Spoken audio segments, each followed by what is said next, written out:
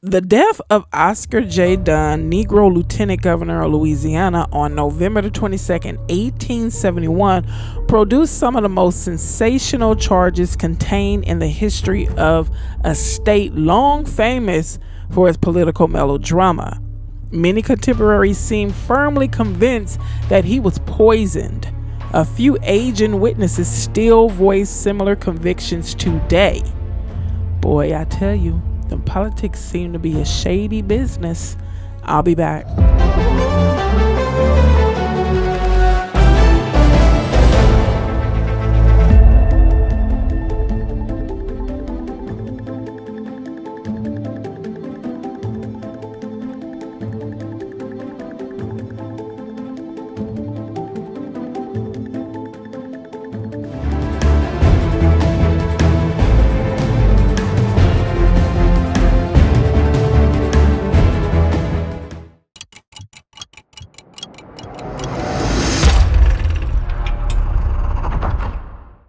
Hello, everyone. Welcome back. Thank you to those who have returned, and welcome to those who are new.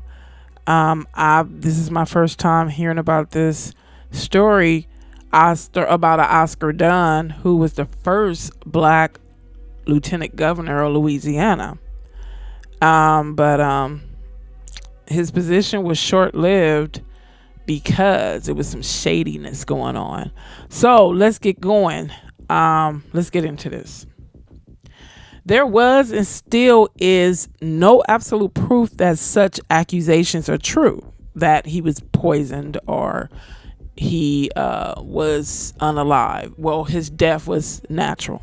But chaotic political conditions of that day were so productive of rumor, misrepresentation, and libel that the shadow of suspicion has fallen upon the physicians who attended Dunn during his last illness, and even his intimate friends, associates, and members of his household were not wholly free from it.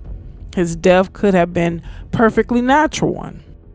On the other hand, it might also have been the result of a deeply laid homicide plot. Many facts may be advanced to support the latter hypothesis. Dunn's political influence was a major threat to those who wished to manipulate the freeman's vote for their personal advancement. He was the embodiment of political integrity, and he, more than any other local Negro, represented the power, wise, and restraining influence necessary in leading the illiterate freemen into the political promised land, where they would have been removed from the blandishments and unscrupulous Republicans and Democrats. This portion of the Negro group needed the type of honest, calm, and sincere leadership as amplified by Dunn's career. A broad outline of which not only disproves the corn-fed to Congress theme of biased historians, but also reveals additional reasons why his death might have been a necessary factor in the political survival of others. Dunn was born at New Orleans in 1826. He was the son of a free woman of color who kept a rooming house for white actors and actresses. His father's identity is not known, but his stepfather was a mulatto stage carpenter named Dunn, whose name young Oscar took as his own. In his youth, he was apprenticed to the large contracting firm of Wilson and Patterson to learn painting and plastering, but he disliked these trades and developed such a strong aversion to them that he ran away from his employers in December 1841. Shortly after his escape, the firm published a notice in the Daily Tribune offering a reward of $5 for his capture. The advertisement, embellished with a picture of a running Negro, later gave rise to the erroneous belief that Dunn had once been a slave. It was about this time that the actors and singers who lived at Dunn's home began to teach him the art of elocution, the means by which he acquired that facility of sound language which later distinguished him upon his entry into public life. They also gave him a rudimentary training as a musician, a calling for which he evinced a remarkable aptitude. A few years later, he began work as a barber upon Mississippi River steamboats. Sometime during his early manhood, he met John Parsons, a kindly Negro barber whose business he is said to have acquired. Parsons gave Dunn music lessons on the guitar and other instruments, and later joined hands with T.J. Martin, a free-colored musician and composer of note. To further his protege's training, Dunn was quite a natural house painter and steamboat barber, that he had soon graduated to the astute position of a music teacher, although he was only 35 years old when the Civil War came. Available records failed to show that Dunn served in any military capacity. Towards the end of the struggle, he opened an intelligence office where good servants and field hands were hired out to persons in the city and surrounding parishes. As the owner of his employment agency, his activities became more closely identified with the laboring class of Negroes. In 1865, he began to take a prominent part in the struggle of Negro suffrage then being waged by the New Orleans Tribune, an extremely militant Negro daily published in English and French. Within a few months, he became one of the founders of the Universal Suffrage Association and treasurer of its state central committee. By August 1865, he was taking money from his own pockets to cover the expenses incurred in the registering of all Louisiana Negroes eligible to vote. In the following months, he and his associates conducted an independent election in which Henry Clay Warmoth, a white ex-army officer, was chosen as their territorial delegate to Congress and given nearly $1,000 for his personal expenses. Wow. When the Freedmen's Bureau began in 1865, Dunn was made one of its investigating agents, whose duty was to protect the rights of freedmen. He later became secretary of the advisory committee of the Freedmen's Saving and Trust Company of New Orleans, a branch of the national institution of the same name. In 1866, he organized the People's Bakery, a concern owned and operated by the Louisiana Association of Working Men, with a capital stock of 10,000. Because of their determined struggle for Negro suffrage and their apparent willingness to sanction the reconvening of the Rump Constitutional Convention of 1864, Dunn and the Tribune and their white associates were directly blamed for the bloody Mechanics Hall riot of July 30th, 1866, but he continued his struggle for universal suffrage until the passage of the Reconstruction Acts of March 2nd, 1867. In August of that year, while still operating his employment agency, he was one of the 6 Negroes appointed to positions on the city's upper and lower boards of aldermen by General P.H. Sheridan.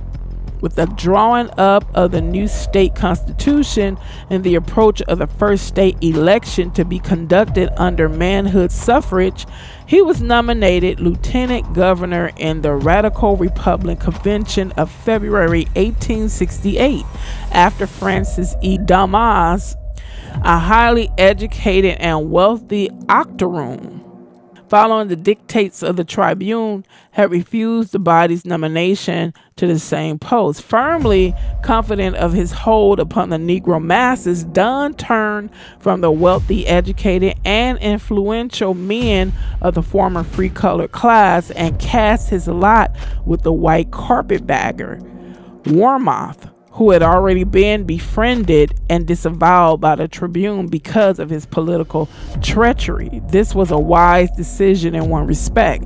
He and Warmoth triumphed over their Tribune-sponsored rivals in the gubernatorial election of April 1868. Long before the end of their term of office, however, Dunn began to realize the truth contained in the Tribune's unequivocal declaration of political affinity with Warmoth was disgraced. By 1871, the political perspectives of both men had become so divergent that another splint was imminent in the ranks of the conservative Republicans.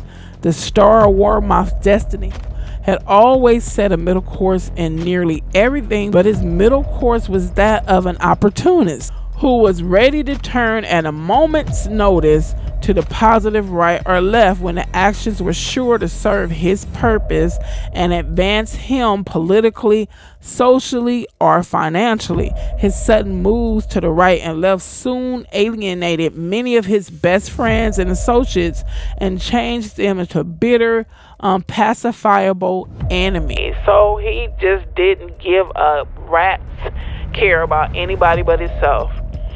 And you still see that evident today in today's political arena.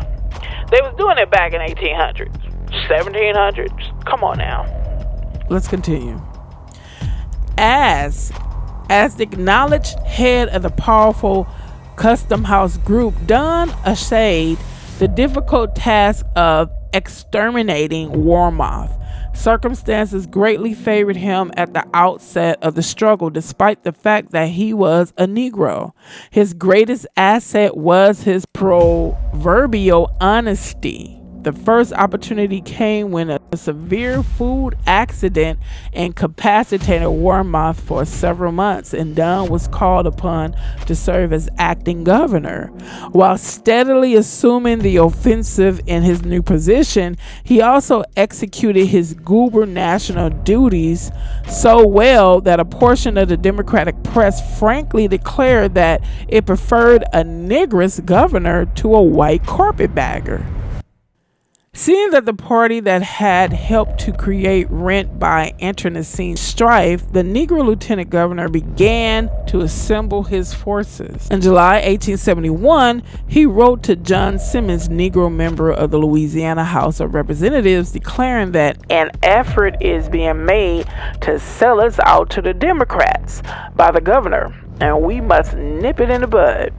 Calling attention to Warmoth's recent appointments of known Democrats to public offices, he declared, "We have remonstrated with him, but it is still continued, and it is said that he declares that if elected in 1872, no colored man shall hold any office."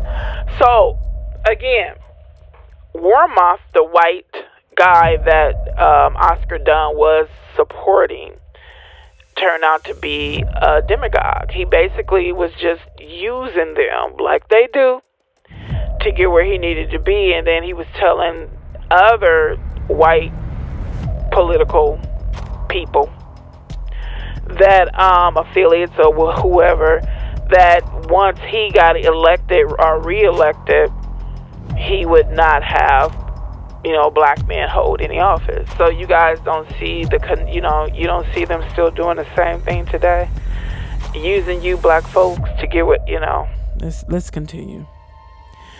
He also wrote to Horace Greeley, the influential publisher of the New York Tribune, complaining that the young man who now occupies the executive chair of Louisiana, whose crimes against his party and his people you charitably ignored, he bluntly warned the great publisher to the presidential chair that though his newspaper continued to champion Warmoth's cause, we cannot and will not support him.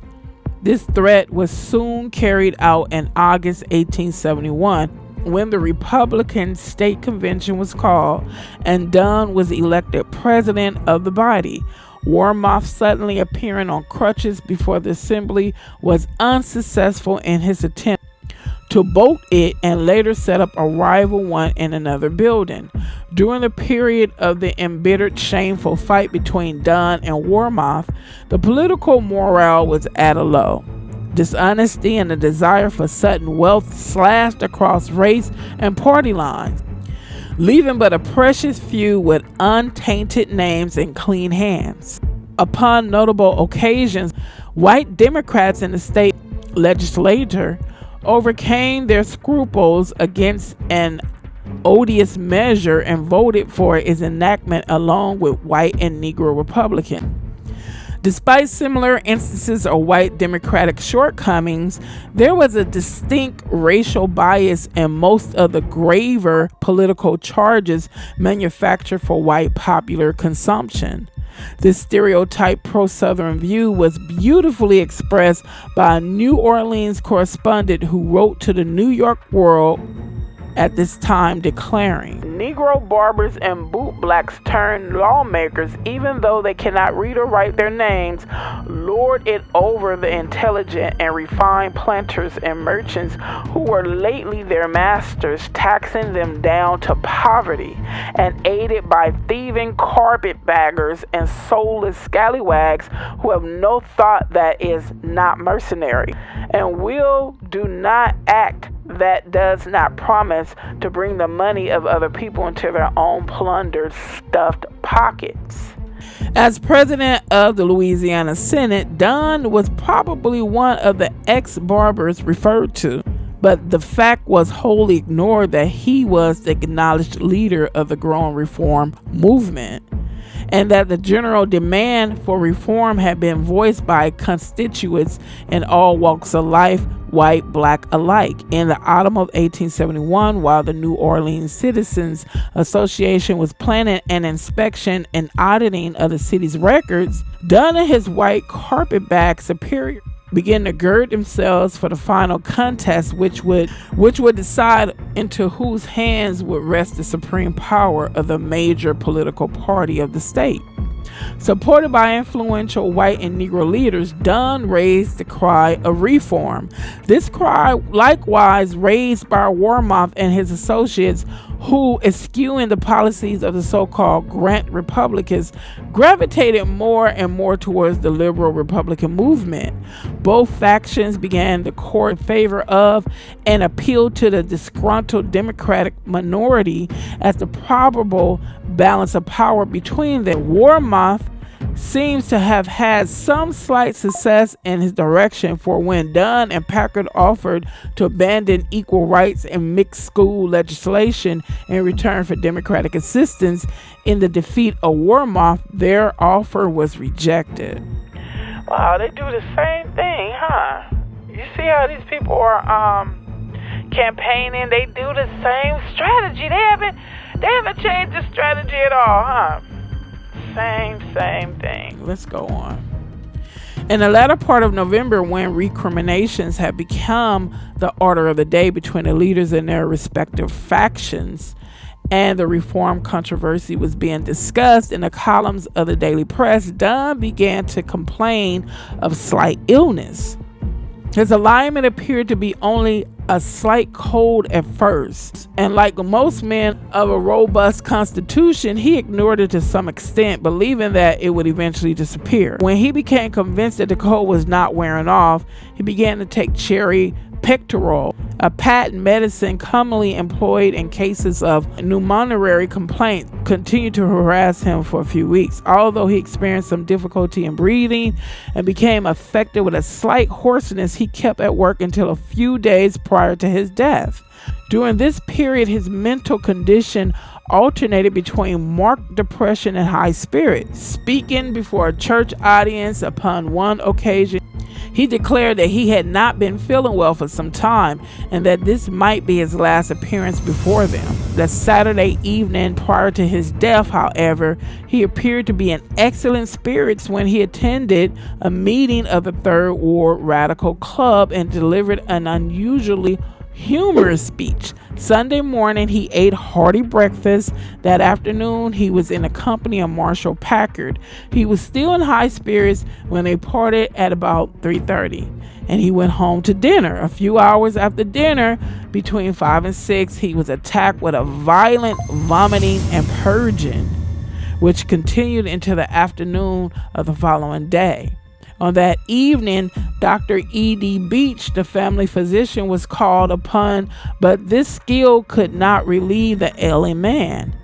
The weather, which had continued warm for several days, suddenly changed and grew colder on the second day that Dunn was confined to his bed.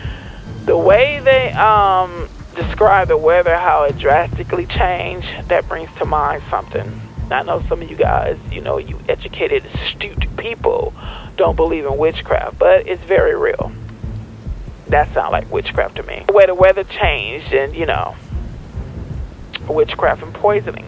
Let's continue. This might have aggravated his illness, the first reports of which were given as pneumonia. Dr. Beach made 2 more calls at the Dunn home during that night. Upon his second call, he found the sick man's condition greatly altered and his brain evidently much affected. The winds rose higher, the weather grew colder, and Dunn's condition grew steadily worse. At 2 o'clock Tuesday morning, he became unconscious. Several hours later, when the day had begun, Marshal Packard called and, seeing the serious condition of his friend, hurriedly summoned another physician named Dr. Scott. When the latter arrived, he declared that Dunn was suffering congestion of the brain and lungs caused by excessive vomiting. Later in the day, other physicians were called into consultation, among them Dr. Warren Stone, S.R. Hurd, L.C. Rodanas, and another named Gaudet. By this time, the patient was beyond all hope. At 10 o'clock that night, Dr. Scott made his last call. Upon leaving, advised the members of the family that all further calls would be futile. He predicted that death would come within an hour, but the hour passed and the dying man was still clinging to life. At 1:30 a.m., Dr. Hurd called and said that death could be expected hourly, either from suffocation or asphyxia, as water had entered the patient's lungs. Although still unconscious, the once powerful body was making its last desperate efforts to free itself from the coma that enveloped it and the numbness which crept steadily from limb to limb. In the early hours of the morning, Dunn was still clinging to the slender thread of life. During those last hours, the hush of the room was broken by a regular gurgling sound that occasionally changed to a harsh rattle. His nurse, an intelligent quadroon woman, gently wiped the drops of blood and mucus from his lips and murmured softly, "Jesus is coming. Jesus will soon be here to take you away." Only these words were uttered in the hushed stillness of the room, and her soothing, pitying voice sounded like the voice of a mother lulling into quiet a suffering child. Several times Miss Dunn came to the bedside and stood looking at the rapidly wasting figure of her husband. Then, with a noticeable shudder, she shrank back into an adjoining room. The gurgling continued, now strong, now weak, convulsing as if in agony the form of the dying man. After an unusually severe paroxysm, the nurse again bent over him and whispered, "Jesus will soon be here. Jesus will soon bring relief."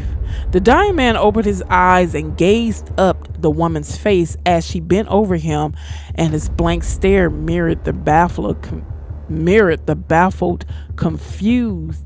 The dying man opened his eyes and gazed upon the woman's face as she bent over him, and his blank stare mirrored the baffled confusion of his soul.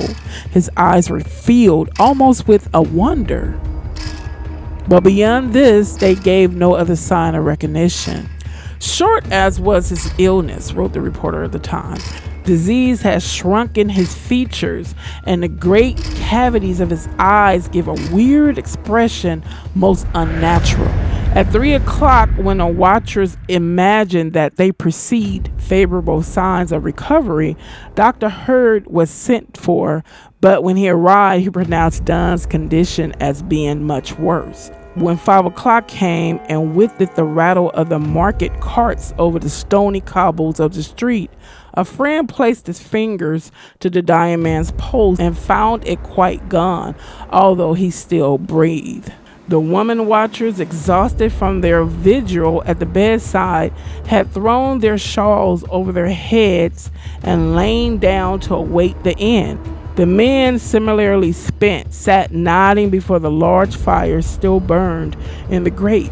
From 3 o'clock to 5:30, there had been only one ever-present sound beating upon their ears, the heavy sob of the sufferer breaking at intervals on a hushed night. At 5:30, the sobbing grew heavier, and the fierce rattle in his throat was resumed. Then the rattle changed to a gurgling and died away in a fainter sob. The watchers drew closer to the bedside, instinctively feeling that death was near. At 5:50, the sobbing became almost compulsive. Once or twice, Dunn seemed to be struggling for breath and then grew so calm that he appeared to be peacefully sleeping. At 6 o'clock, when the morning fire alarm bell rang twice with a dull clang, a momentary quiver ran through the dying man's body. The body slowly relaxed. Oscar J. Dunn was dead. The fact that the two major Republican factions of the state were locked in a dead struggle for survival was in itself enough to cast a cloud of suspicion over Dunn's sudden death.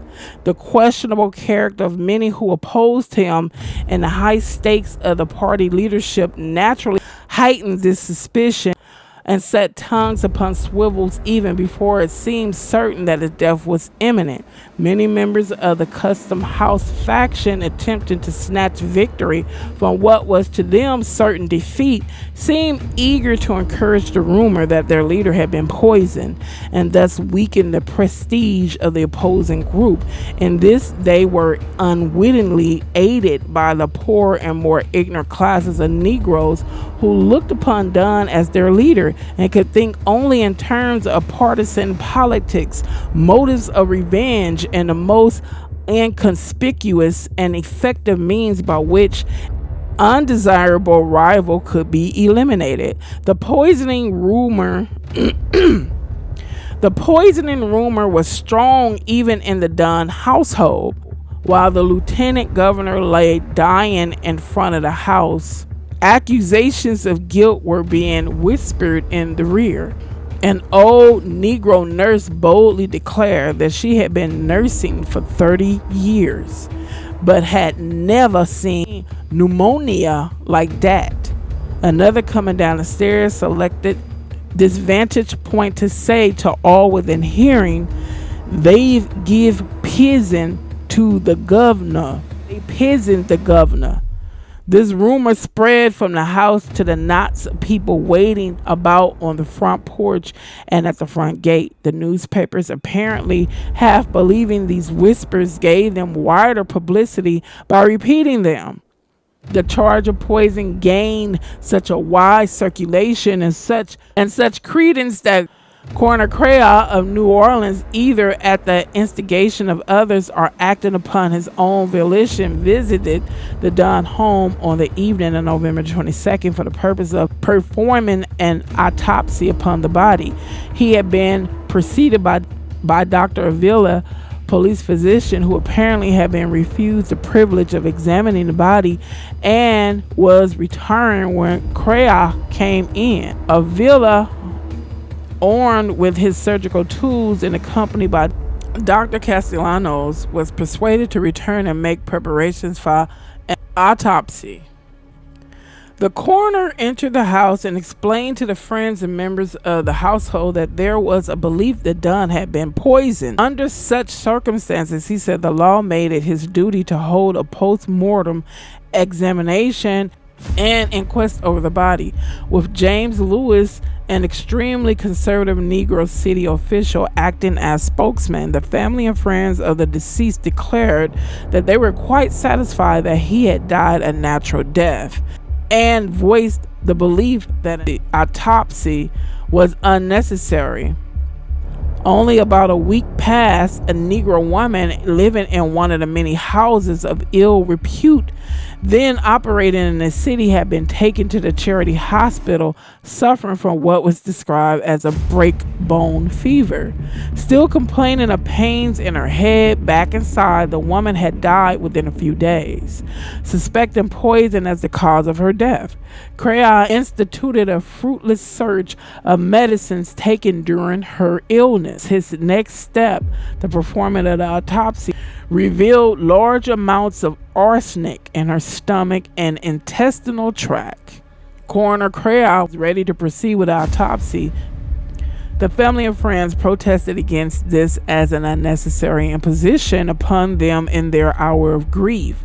He explained that he called only as a matter of form. He added, however, that since the deceased had been attended by 7 physicians who must be competent enough to determine the true cause of his death, he would be satisfied with their certificate to that effect. By the long delay in awaiting the physician's arrival created additional ugly rumors.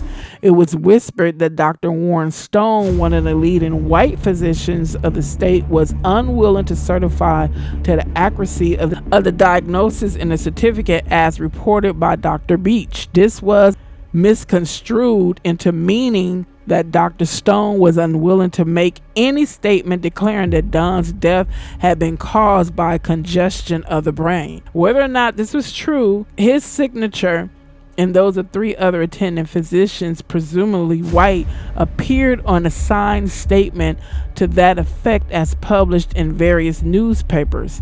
Coroner Crea accepted the certificate and departed. The names of Dr. Scott, Gaudet, DeQuinn, and Raunaz were among those admitted from the signed statement. Surely the most convincing signature that could have been affixed to the document would have been that of the Negro physician Raunaz, the highly educated, extremely militant owner of the Tribune, the newspaper that helped to make possible Dunn's ascendancy.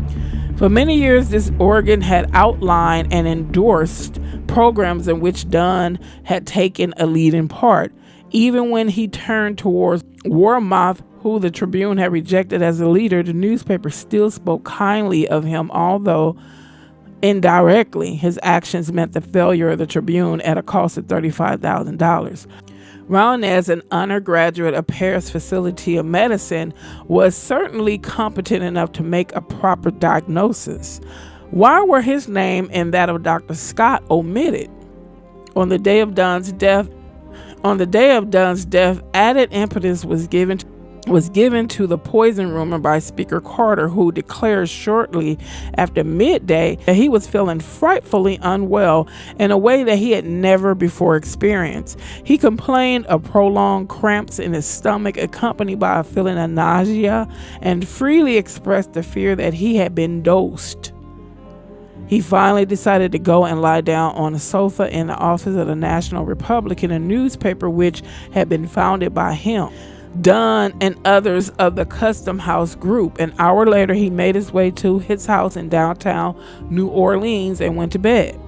There, his condition grew steadily worse. A burning fever, violent vomiting and purging, and later delirium set in. Late that night, when he was partly unconscious, his physician, Dr. Austin, was called in.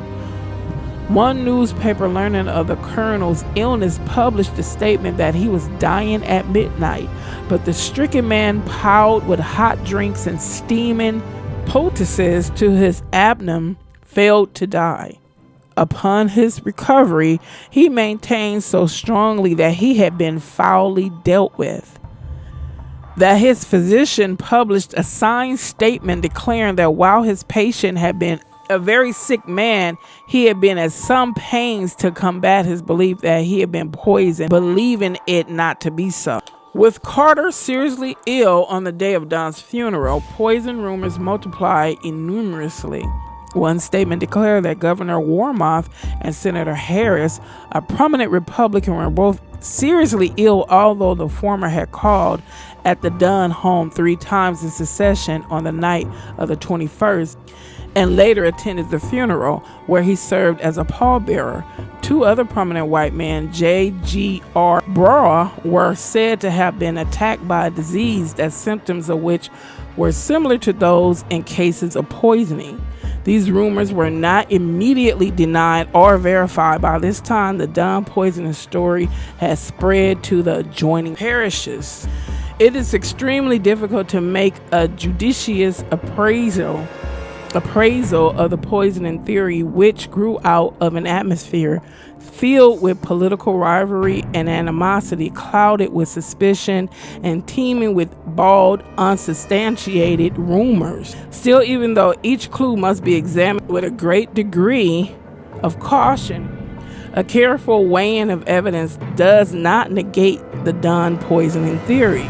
The various accounts of his last illness are strongly symptomatic of arsenical poisoning, the ancient weapon of the ambitious Borgia family. During slavery, it was sometimes resorted to by rebellious slaves who wished to free themselves of tyrannical masters. Among toxic agents, it was classed as the most vulgar of all by Lafcadio Hearn, noted New Orleans author, who declared that it was occasionally employed by voodoo practitioners during the post-Civil War decades, used in a home as a rat poison. It was frequently mistaken for Silence powders with fatal results. The fact that it mixes easily with food, has little taste and no color, also renders it an admirable agent for those planning homicide.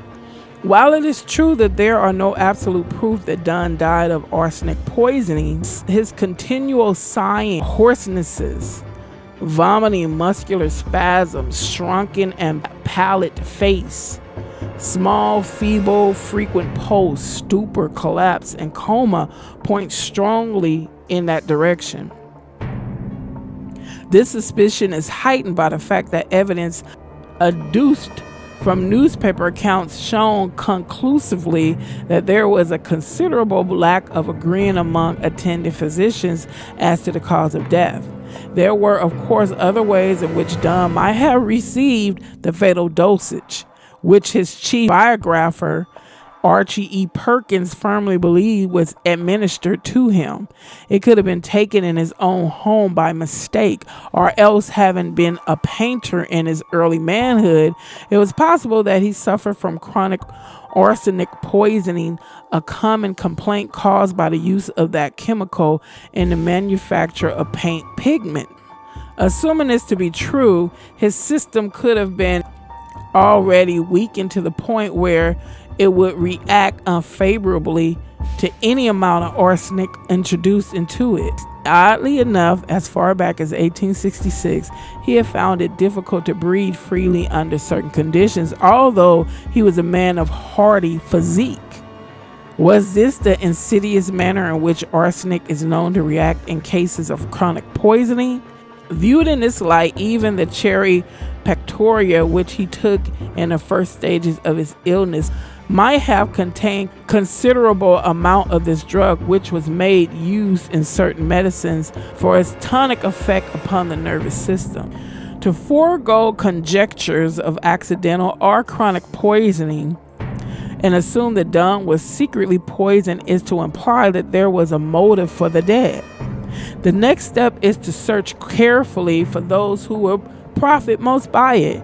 The one person above all others who stood to gain from Dunn's death was Wormont, whose political leadership was challenged by his Negro running mate, and whose gubernatorial position was becoming more untenable because of serious threats of impeachment proceedings. Another who stood to profit greatly was State Senator P.B.S. Pinchback, who not only succeeded Dunn but later supplemented Wormont with impeachment proceedings when impeachment proceedings began against him.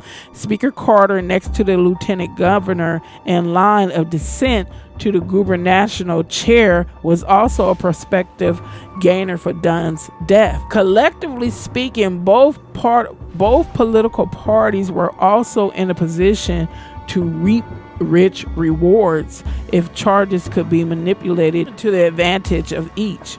This, however, was a two-edged sword in the hands of either Republicans or Democrats. The latter might publicize it as an example of what a vicious democracy of ex-slaveholders would not hesitate to do in the removal of a Negro and a Republican, 1-2 from the political seance. Once raised, however, the Democrats might show better powers of persuasion and succeed in proving that death of the lieutenant governor was a deep-dyed plot of his treacherous associates who would not hesitate to do anything which would create a cause would cause some to become famous or infamous so that troops could be rushed to Louisiana to protect the lives and property of the truly royal Republicans and thus perpetuate that party's threatened power. The advancing of motives without offering any proofs of homicide is admittedly unconvincing. It is here, nevertheless, that the case must rest. Examination of the dead man's bodily waste or the holding of the autopsy was the only means by which poisoning charges could be substantiated. This was prevented by Lewis, the family spokesman. Still, the fact cannot be ignored that even though proofs were lacking, the newspapers most concerned in combating the poison theory seemed within themselves contradictory. The commercial bulletin of 25 declared that the Republicans at the State's House of Warmouth faction of the legislature expressed themselves as being fully convinced that Dunn's sudden death was to be used for the purpose of arousing a mob spirit among the Negroes. This conviction has led them to believe that there was at the bottom of these reports a desire to lash the peculiar element in which a fury as might lead to the assassination of Governor Warmouth and the proclamation of Carter as acting governor. It said, yet the next column at the foot of the page, it reprinted this sinister small paragraph which had first appeared in the New Orleans Patriot the Saturday just prior to Dunn's illness. It was titled Prophecy. Startling rumor. A rumor has reached us to the effect that threats have been indulged in against the life of a prominent state official in consequence of the active part he has taken in ridding the Republican Party of His Excellency Governor Warmouth. The name is omitted because we consider the rumor too incredible to merit serious consideration. We cannot see that the governor would be the gainer by such a taking off unless he desires to manufacture thereby grounds upon which to base a serious Ku Klux charge against the democracy.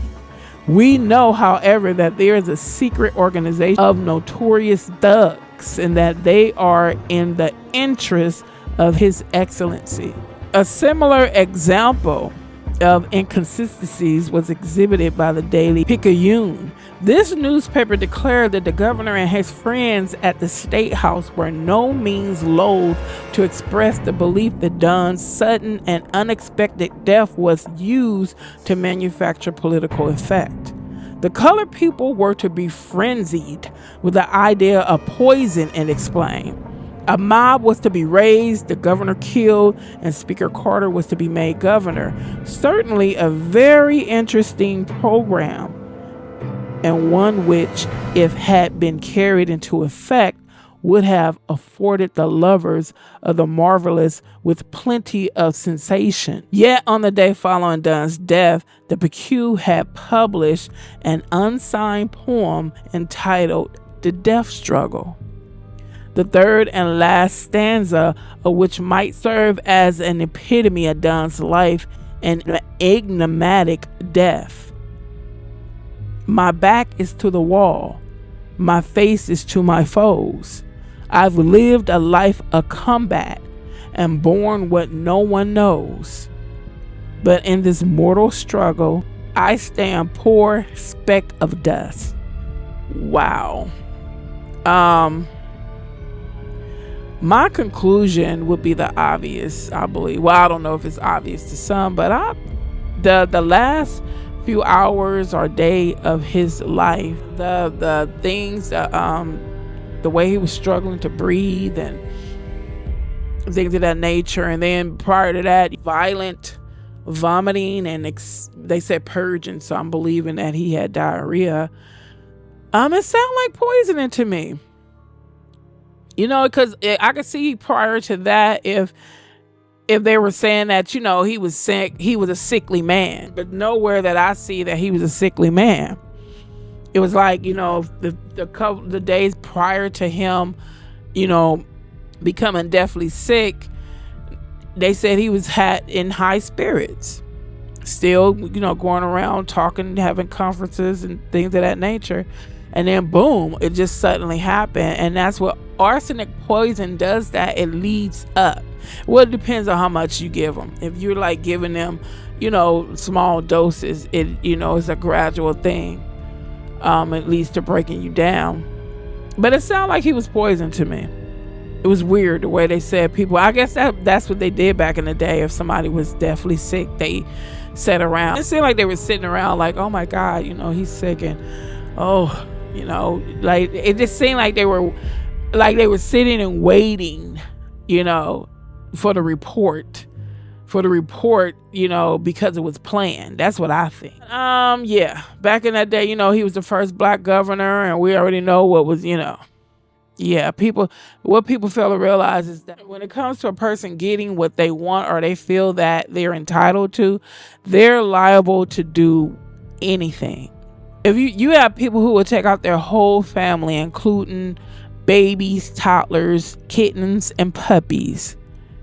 Yes, they would take out a Negro man in the 1800s who was the first black governor. Okay, that's all I have to say. I'm wrapping this up. Thank you for your time, attention. Thank you for listening to the entire story. Hope you learned something new. And again, thank you for your support, sharing. Please subscribe, comment, like. It helps out a lot, people. I appreciate it. I appreciate you. Be safe, and I will see you in the next video.